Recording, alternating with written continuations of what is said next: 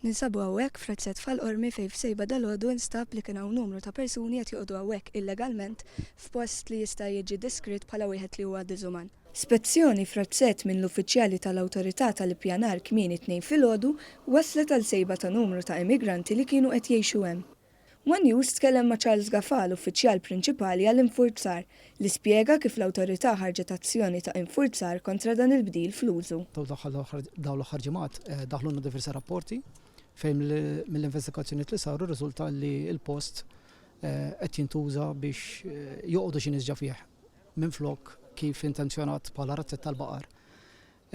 Sussegwentement inħarġet enforcement notice minnaħa tal-Planning Authority fejn fost tal-allegazzjonijiet li hemm fit-taħrika tinkludi wkoll il-bdil-tużu. Sorsi fuq il-post spjegaw ma' One News li l-persuna responsabbli minn dan li joqgħod biswit ir-Rabsett kienet jieħu 200 euro għal kull kamra fix-xahar mill-immigranti bil-qlieħ ikun ta' madwar 10,000 euro fix-xahar. F'dan ir-Razzett hemm 28 kamra u dormitorju fejn huwa stmat li kienu jgħixu mal-mitt immigrant. Is-Sur Gaffa kompla jispjega kif l-immigranti kollha għandhom permess Taljan ta' residenza u instabu joqogħdu f'kundizzjonijiet miżeri ħafna hekk kif il-post ma kienx maħsub għal dan l-użu. Barra minn hekk, fuq il-post issejħu ħaddiema tal-Enemalta sabiex iwaqfu s-servizz tal-elettriku. Meta ġejna fil-post sibna numru sostanzjali ta' nies illi qed joqogħdu f'sitwazzjoni li forsi mhux kulħadd jieħu biex joqgħod fiha.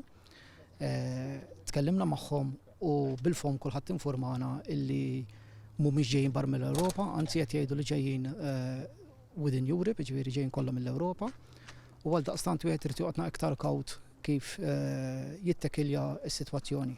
Biss għamilhom ċara illi l-intenzjoni tagħna at this stage bħala Planning Authority hija li hawnhekk il-bdil-tużu jieqaf b'effett immedjat u meta jitlaq kulħadd nissiġġilgħu il-post. Fid-dormitorju is-sit saħansitra dendel karta fejn fuqha hemm messaġġ li jgħid li dawk li ma jħallsux il-kera fil-ħin għandhom biss 3 ijiem ċans fejn jekk ma jħallsux fir-raba' jum ikollhom jitilqu. Il-pulizija għaddejja bl-investigazzjoni sabiex tistabilixxi min hu sit il-post, hekk kif il-persuna li allegatament kienet iddaħħal in-nies f'dan ir-razzett tal-baqar mhux sit il-post. Intant bħalissa għaddejja operazzjoni mill-awtoritajiet biex l-immigranti li nstabu jgħixu f'dan il-post mitluq jitpoġġew f'akkomodazzjoni alternattiva.